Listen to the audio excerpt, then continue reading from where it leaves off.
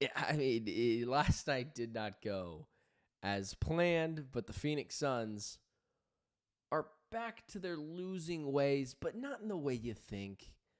And also, some homage to opening day, and I couldn't be more stoked. I'll talk to you guys in a couple seconds. The Ben Garcia Show. Yeah. Woo. Best show in the land. Yup. Listen. Come and get your information from Ben Garcia. Get the latest on your quarterback, running backs, and receivers. Tune in, so any other show you don't need him. Any news that he giving out, please just believe him. Giving out the latest prediction and top-notch analysis. Wanna hear the truth, better have thick skin like calluses. The latest move that your team just made can be damaging. The dudes ain't speaking no facts, they just be rambling. Lights, camera, action, turn on the show, go get the cameraman. Yeah. Lights, camera, action, turn on the show, go get the cameraman. The Ben Garcia Show. What is up, guys? Welcome into yet another edition of the Ben Garcia Show. I find it a little funny this morning as we have Brian in the chat saying, "Oh no, we suck again." That is fantastic. I love everything about that. But let's call it what it is. The Suns ran into an absolute buzzsaw last night. And we'll get into that in just a second. Follow me on all social media platforms at Ben Garcia Show. I appreciate you guys making the Ben Garcia Show a part of your day. I'm not going to lie to you. I am struggling this morning. I am so freaking tired. But it is episode 100 of the Ben Garcia Show. I wasn't going to miss episode 100. I mean, come on now. This is a historic day. 100 episodes, 100 sit-downs, 100 yap sessions of the Ben Garcia Show. So I appreciate you guys continuously making this happen. Don't forget to like, share, subscribe, follow me on all social media platforms at Ben Garcia Show. We got a Go Brewers in the chat. I love that we just have a token Wisconsinite in the chat pretty much every morning. Aaron, Sandman, Michael, it is so good to talk to all of you guys. All right, let's start the show off like this. I hosted Locked On Phoenix Suns last night, solo. And I'm going to regurgitate some of the thoughts I had on there to, now. The Phoenix Suns, if you were looking for someone to just completely tear this team apart and just explain to you why that they're just a garbage team and same old Phoenix Suns, I'm not your guy, ... today. Other days, I have no issues tearing apart this team. If anyone knows me, it is I hold this team accountable. It's what gets me in trouble at times. But call it what it is. The Suns just ran into an absolute buzzsaw last night. The Celtics are a different tier of team. They're in tier 0. The Suns are in tier 5. And so last night wasn't about the Suns going back to their old ways. I think if we learned anything last night, it's one, there's a ceiling on this Colin Gillespie, Cody Martin, energy, Oso Iguodala, Ryan Dunn, insert of this into the starting or into the rotation. Let's just call it what it is. It's tough when, you've heard the expression bringing a knife to a gunfight. The Suns brought a plastic spoon to a gunfight. And unfortunately, that just is what it is. They ran into a buzzsaw that is the Boston Celtics. A really good team. A really good team. And it's hard for me to just continue to go after this team when I know exactly just how good they are. So, if you came here for a rant about how the Suns are the same old Suns, you're not going to get that from me. The only thing that I'll say about the Suns last night was early in that game when they got down 21-7 because the Boston Celtics legitimately just hit 7 3-pointers to start the game. They shot 8 of them. They made 7 of them. And they immediately got down big, 21-7 in that game. But there was something positive to take from that. The Suns got punched in the face at the beginning of that game. And they delivered a blowback of their own. They didn't get blown out in that first quarter. It was 42-38, and I got to be honest with you. I got to be just quite frank and quite honest with what the Phoenix Suns did last night. I thought that was kind of impressive. I thought it was impressive for them to get punched in the face last night and not completely topple over. Now, there's no moral victories, but I don't think this is just the same old Phoenix Suns. What a terrible loss. I cannot believe they sucked us back in just to drop us on our heads. When you bring Colin Gillespie to a Boston Celtics fight, you start to realize the deficiencies of your roster.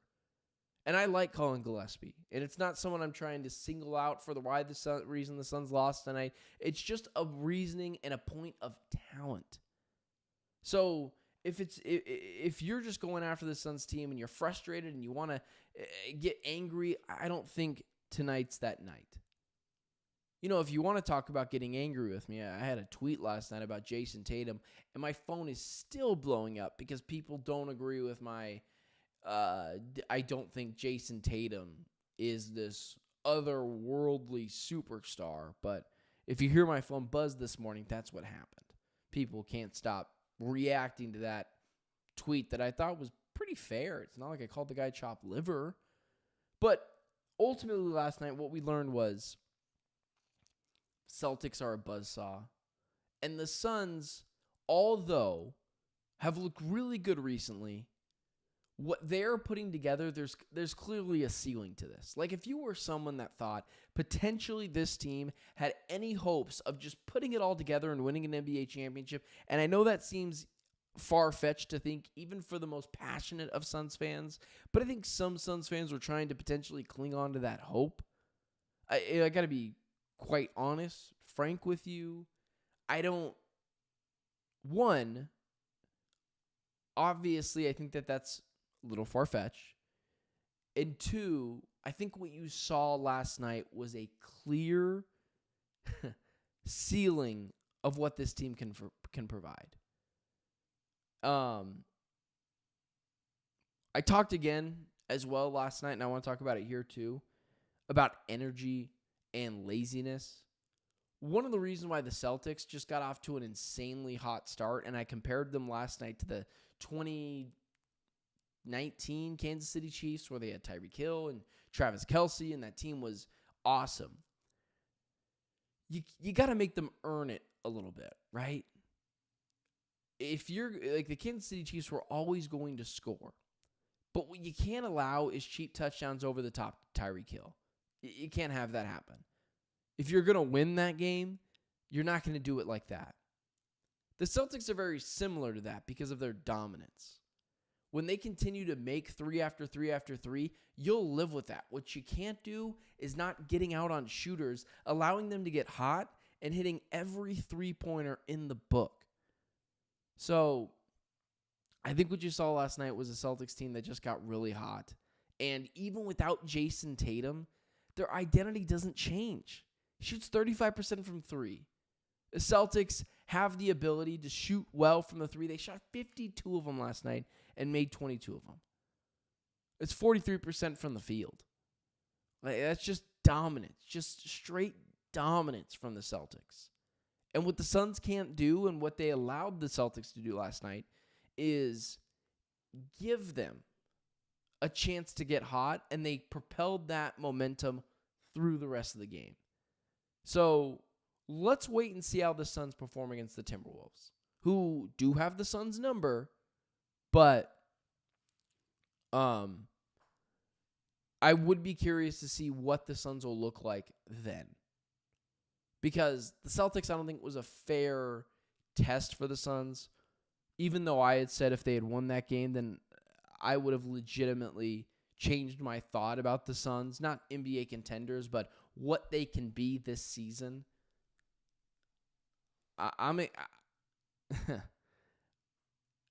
I'll continue to stay on board and see what the Suns can do against the Timberwolves. But I think if you're ready to throw this team in the garbage can because of last night, I don't think that's fair because of just how good the Celtics are. And I think that's ultimately what it's about. A 30-point win last night or whatever it is, that's what they do. They're a buzzsaw. So there's that side of it. And then there's this. There's been some chatter about, obviously, a potential Kevin Durant trade. And I have nothing against Kevin Durant. I know some people think I just like to beat up on him, which is just nonsense because Kevin Durant is a top 10 basketball player of all time. He's a superstar. He's the best player on the Phoenix Suns, and I wish the Suns could keep him. But let's talk about this. There's rumblings, rumors, early stage talk about Kevin Durant's trade market. And one of the teams that has came up, and which is why I wanted to talk about it tonight, or which is why I want to talk about it today, because they just got done playing this team. Jaylen Brown and Jason Tatum combined for an obscene amount of the salary cap on the Boston Celtics. And so, some people think the Boston Celtics might want to shed some money. They don't want to go all the way into the second apron like the Phoenix Suns and just be shelling out a massive check just for the luxury tax. If the Phoenix Suns and if the Boston Celtics were even interested, and I've got to be honest with you, I don't think this has a ton of legs to stand on because I don't know why you would want to break up a team that just won a championship and is really hitting their stride. But let's say the rumors are true. Let's say Kevin Durant could have real interest of going to Boston, and let's say Boston has real interest of going and getting Kevin Durant. If the Suns could pry Jaylen Brown away from the Boston Celtics for Kevin Durant, that is a life preserver and a redo button you just don't get a lot of, and you have to do it. If there is any way, and I'm not so sure I buy into this rumor either, that you can get Jaylen Brown on the Phoenix Suns and completely swing the pendulum the other direction of just how good this Suns team can be, you have to do it. Even if you don't get any picks back. It is hard in the NBA to draft a superstar player or someone that is as good as Jaylen Brown. But as someone who's been a fan of him and wanted the Suns to draft him when he was coming out of Cal, that is a guy that would fit perfectly with Devin Booker. Shoots the ball effectively, lengthy, elite-level defender, and is obviously a bigger player to help give them some size in the starting lineup. I'm not saying that it's going to happen,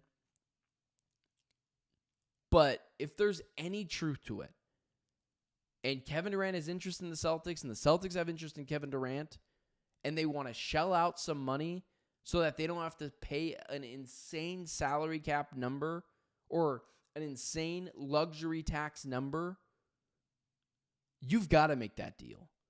Even if you get no picks, even if you just get Jaylen Brown, even if it's just Jaylen Brown and, I don't know, a player to whatever, make things work, you have to make it happen. Jaylen Brown is exactly what the Suns team would need. A little bit of youth. Would fit perfectly with Devin Booker. Defensively, an absolute gem and a stud. And that is a do-over button you just do not get in sports. But maybe that's not the case. Maybe the Celtics want to figure out a way to pair all three of those guys together. And they could do it. It just would be mental gymnastics and obviously physical gymnastics trying to come up with the trade. But if I'm just calling it as it is, if there's any truth to that rumor, any at all, you have to jump on that before the Celtics change their mind or someone, comes to their senses and realizes they shouldn't break up that Celtics team. But if there's any truth to it, any at all, I just want to get my opinion out there now. Kevin Durant to the Celtics does make a lot of sense in terms of reaching another level of potential NBA title contendership, even though, obviously, if the Celtics win the championship, they're not breaking this up again. The only way that they're breaking that up is if they lose in the Eastern Conference Finals. And even then, I don't think that they would. But you could make a case for maybe the Celtics feel like they've reached their pinnacle and they want to shell out some money And, being able to get Kevin Durant for Jaylen Brown, and I understand they're one of the higher teams in the luxury tax too, but allocating that much money to two players in just Jaylen Brown and Jason Tatum, because they're both super max players, that clearly they could get Kevin Durant and eventually get off his books after a couple of years. So I understand all of that as well, Sandman. But I'm just saying, if there's any truth to it, you have to make it happen. With that being said, happy freaking opening day, man. With all of the toxicity that has been the Arizona Cardinals' second half collapses, is Kyler Murray the guy? What are they going to do with the draft pick? Is Monty Ossenfort being passive? And then the Phoenix Suns just complete debacle of a season outside of the last week and a half. There's a team in Phoenix that has the 2021 Phoenix Suns vibes, the 2008 Arizona Cardinals vibes, 2015 Arizona Cardinals vibes. I am so absolutely stoked for this Arizona Diamondbacks season. And I just want 5 minutes to talk about them. And I understand, for someone like myself who is a massive Arizona Diamondbacks fan, massive all Arizona sports fan, which is why my goal is to at some point be the number one Arizona go-to opinionist broadcaster in this realm. And I understand I'm one of the few people that is a full-on Arizona fan, through and through, I guess I should say. But there's a team in the Valley that I will continue to warn you. Get on the bandwagon now. Because the vibes are going to be good. They didn't trade all their players away for one elite player. They've built this thing from the ground up. They are ours. One of the things that made the Suns so magical that run was Mikal Bridges, Cam Johnson, Devin Booker, DeAndre Ayton. They were ours. We drafted them. Diamondbacks the same way. Ketel Marte, although we didn't draft him, got him at a very young age from the Mariners. Alec Thomas, Jake McCarthy, Corbin Carroll, Gabriel Moreno, another guy that as well we didn't draft, but got him very young. He's ours. Add Corbin Burns into that. Add Zach Gallen into that. I hate to be the one to throw immense pressure at the Phoenix, or I hate to be the one to have immense pressure thrown at the Arizona Diamondbacks. But there's a lot of pressure for the Arizona Diamondbacks to win a championship this year. It is Titletown or bust for the Arizona Diamondbacks. This is the only year, because Zach Gallen is in a contract year and the Diamondbacks are not going to pay him and Corbin Burns. I don't live in fantasy land either. But this is a team that is potentially the best rotation in baseball. There is absolutely no team the Diamondbacks should fear. Not even the Dodgers. The Dodgers went out and spent $1 billion because the Diamondbacks beat their ass and swept them a couple years ago. And with the new rules in baseball and the banning of the shift and the pitch clock coming in, it has made it even more enjoyable. And I'm just telling you now. I'm just getting you prepared. So when you're wondering in September why this team is one of the best teams in the NL and if they have the potential to actually win the World Series, you're going to say, oh, old Papa Ben told you about this back in August. There's a lot of pressure on this team to succeed this year. And it is without a chance, without a shot, World Series or bust. And the vibes of the 2015 Cardinals that made the NFC Conference Championship game and the vibes of the 2021 Phoenix Suns that made the NBA Finals, that's what the Diamondbacks have. And this is going to be their only year with potentially the best rotation in baseball. I mean, listen, Jordan Montgomery's out with Tommy John for the year. That guy's just, him and Bradley Beal just stealing money from teams. And it doesn't even matter. They could run a 6-man rotation out there with Ryan Nelson. I mean, you got Corbin Burns, Zach Gallen, Muriel Kelly, Brandon Pfaadt, Eduardo Rodriguez, Ryan Nelson. I mean, someone could get hurt and they still have one of the best 5-man rotations in baseball. You combine that with the youthfulness of Corbin Carroll, the MVP superstardom of Ketel Marte, Gabriel Moreno, one of the best defensive catchers, I guess one of the best both-way catchers in baseball, Alec Thomas, just the vibe king. There's no team that this team should fear. Not the Dodgers, not the Braves, not whoever the AL is going to roll out in the World Series. No one.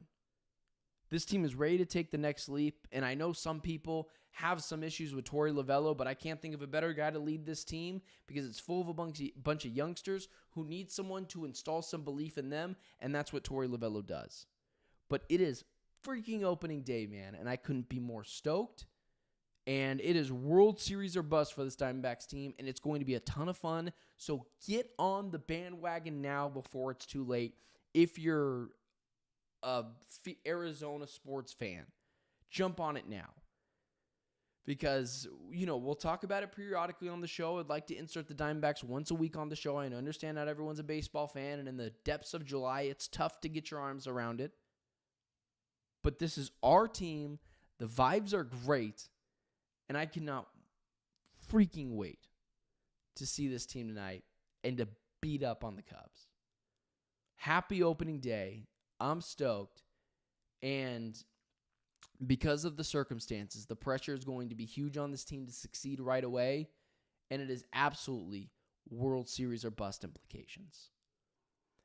Thank you so much, guys, for tuning in to the Ben Garcia Show, the 100th episode of the Ben Garcia Show. Don't forget to like, share, subscribe, tell a friend about the Ben Garcia Show if you don't mind. Listen, I would love it. I just had a game late last night, and I'm here, just giving you the best sports content in all of Arizona, southwest of the Mississippi. I mean, come on now. So appreciate you guys making me a part of it. Don't forget to like, share, subscribe, follow me on all social media platforms at Ben Garcia Show. And until Monday, remember, we're a Monday through Thursday show. 9 a.m. Eastern Standard Time, 6 a.m. local time. I'll see you guys on Monday. Thanks so much for making me a part of your day. And until then, it's been the Ben Garcia Show.